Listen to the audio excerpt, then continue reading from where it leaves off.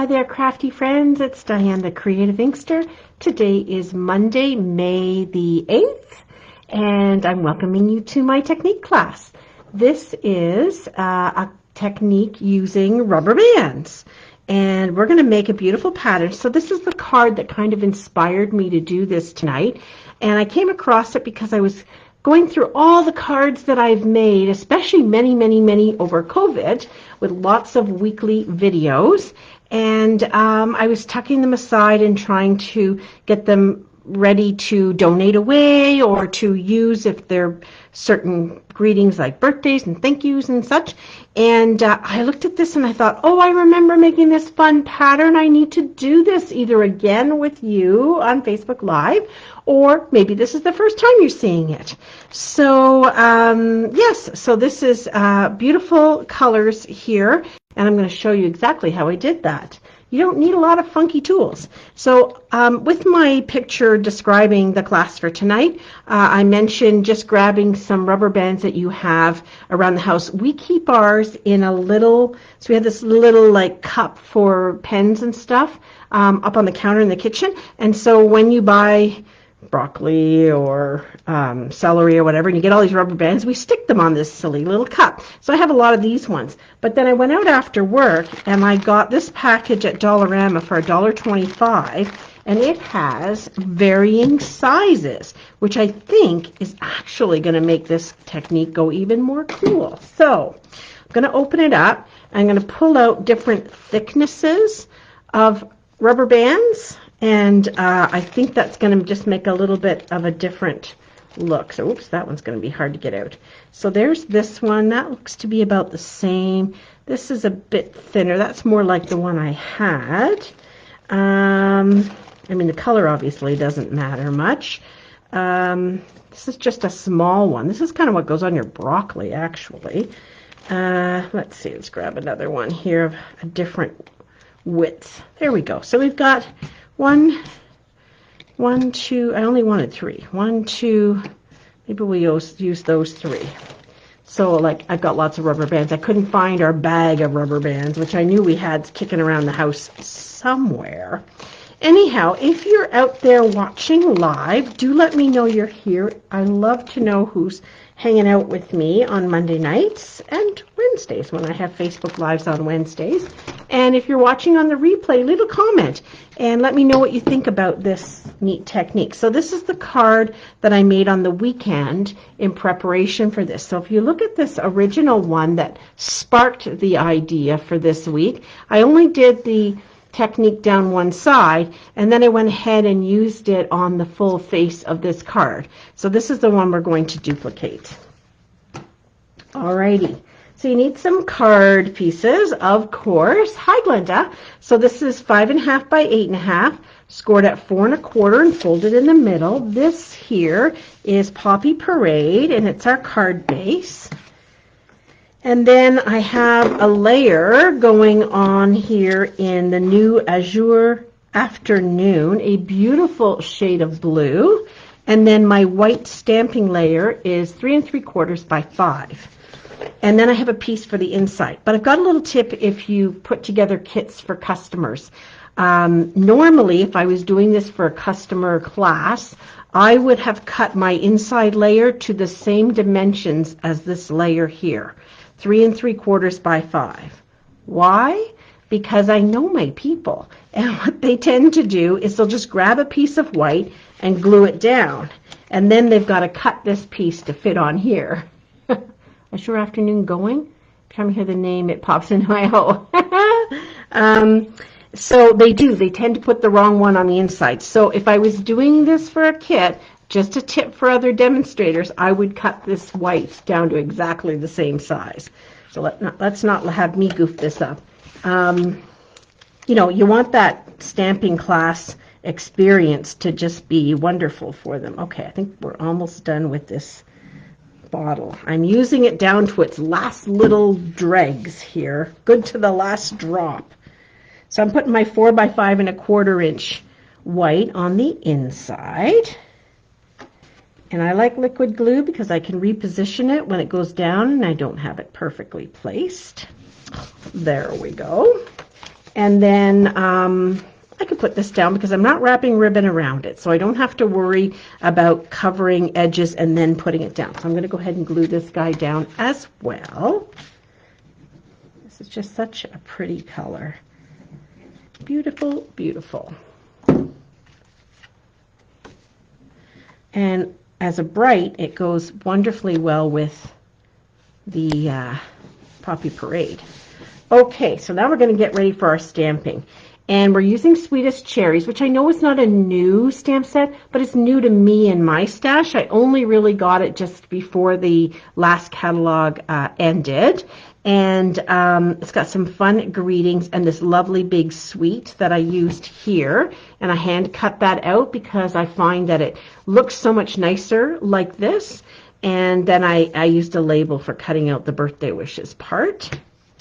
So because this is photopolymer, I'm going to grab my Stampin' Pierce mat and do my stamping on that. And I'll just cover it up with my mucky piece here so that in case I go off the page a wee bit, I don't have to worry. So for this technique, you grab these rubber bands. So I've pulled 3 different types, and I've got 3 sizes of blocks. We're going to put the rubber bands on the blocks. And it's called the rubber band technique, I think. And so if you have different widths, then your pattern will be a little bit different as well. So let's see, with the wider block, I think, and you can go either way on your block. I mean, it doesn't matter if you go across the wide edge or the thin edge on blocks that are more of a rectangular shape. But what I find I want to do is crisscross them a little bit here and there just to add more, because the ink's actually going to go onto the block. So the one thing I found helped is if the flat edge is there showing up, because then you don't get it on that very thin edge of the rubber band, but you get it on the wider flat edge, if you're following my logic, which I'd have to say you'd be pretty good if you could. All right, let's get this flat. Come on, you. There we go. All right, so that's the stamping side, and that I'm going to do in the Azure Afternoon. I may not be pronouncing that right. All right, so we're going to tap on the ink pad. And in practicing, I noticed it was really easy to get ink on the block, so I'm just being careful and just trying to get it. See, it does kind of go there, so I'm going to have my cleaner handy, or probably could use a baby wipe or something, but I'm just going to have my cleaner handy here to just wipe that excess off, just so that in case I'm not careful, I don't end up with it everywhere. So you can go first generation ink, or what we call second generation, where you stamp off and then stamp. You do whatever you like. Oh, see, I got a little bit there, but I'm not too concerned because I know that this is going to be covered up. So I'm just going to try to move my pattern around quite intermittently. So each card that you do like this is going to be different. It's going to be unique, which is kind of fun. And then you don't want to get too carried away, because if you put too much ink on, then when you put the other on, you just end up, when you add the other colors, it being all quite dark. And then I just took, you could take a baby wipe, or I just used this Simply Chamois just to clean that off, just so when I put it down somewhere, I don't end up getting ink on my table. I may go back to this. I may add some more afterwards. So I'm going to take the next one with this block, and I'm going to put this one around. So this is going to be quite a bit thicker lines, and you could even do it like this, where you put more than one rubber band on a block and see how that turns out. All right, let's give that a go. So this is Granny Apple Green, because I was pulling the colors in that I like to use with the cherry. Oh, I want to get this one kind of, it doesn't matter if it's not the flat edge, but I did find that it was harder to get the ink on the swirly edge. You can see how this turns out. All righty. I'm getting ink there. We'll do it on the practice. Okay. So this is showing up way more, the thinner one, and I want to kind of avoid that. So I'm going to not crisscross them. I'm going to have this go over on its side here, so that I'm not covering it up, because when this was covering this up, you only really got ink on those pieces. There we go. So we got a little bit on there.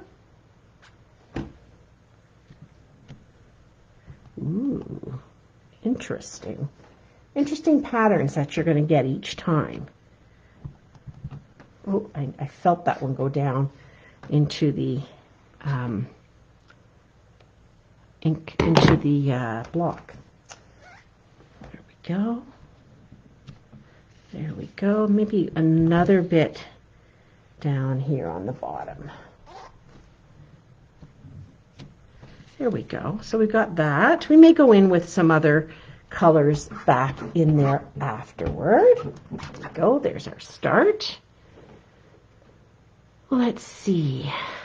We're going to go back over here and we're going to grab Poppy Parade. Now I am going to use that ink after. I'm going to use Poppy Parade, and we're going to grab another size or another rubber band. Okay, this one will work. Oh yeah, that one's a dead guy. He's not going to work. Okay, I'm going to use this size. So yeah, this was just from the dollar store, $1.25 for a bunch of them. There we go. Let's see how this works. Okay, so you do get some on the edges, so I'm just looking for that. Ooh, reds and pinks, right? They're nice and bright.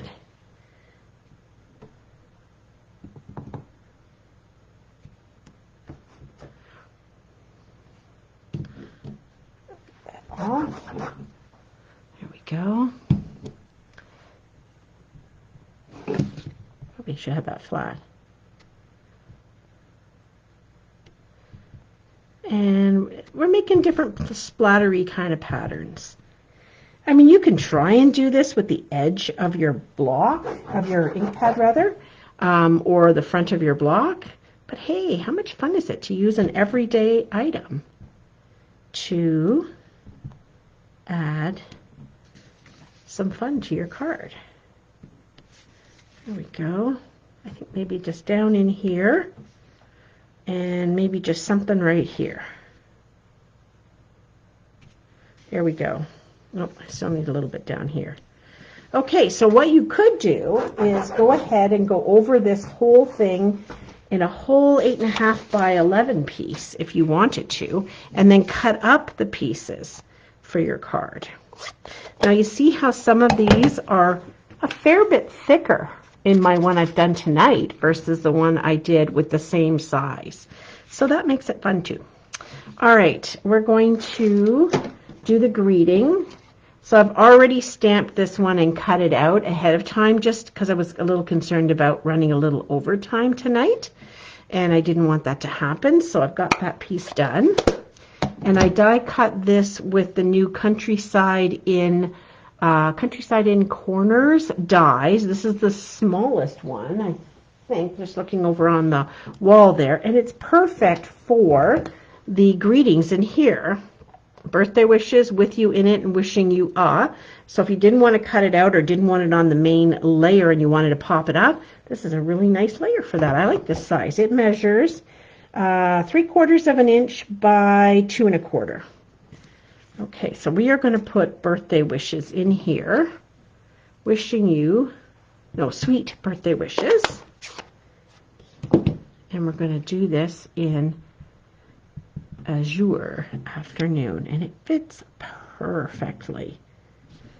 And once again, I'm using my Stampin' Pierce mat because I've got a photopolymer stamp set, and this helps without the aid of the red rubber on our other stamps, the cling stamps. This helps get a good impression from your ink pad. Okay, so there's that. And let's see, we need to do some punching. We're done stamping. That was quick. And we're going to do some punching out. So these are some scraps I mentioned in the instructions. And I'm going to grab the matching punch for the Cherry Builder punch. And I'm going to do 2 sets of leaves and the stem. 1,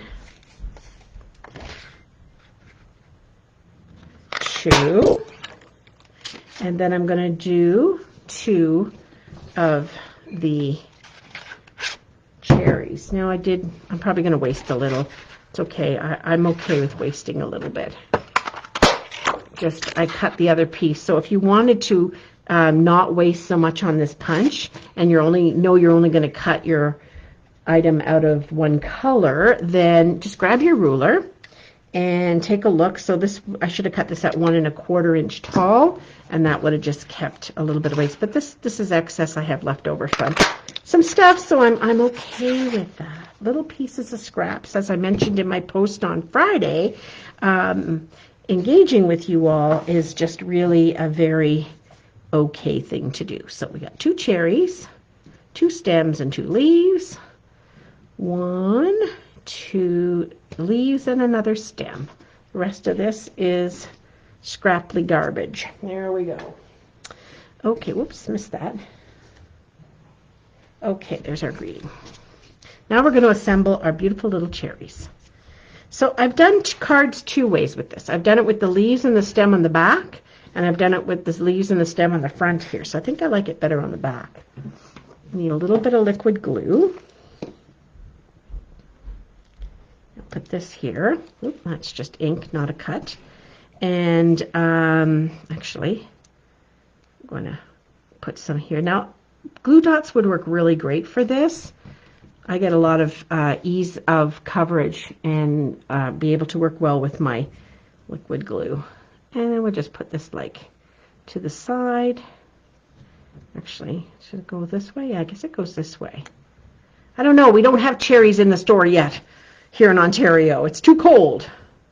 They haven't come yet from Washington.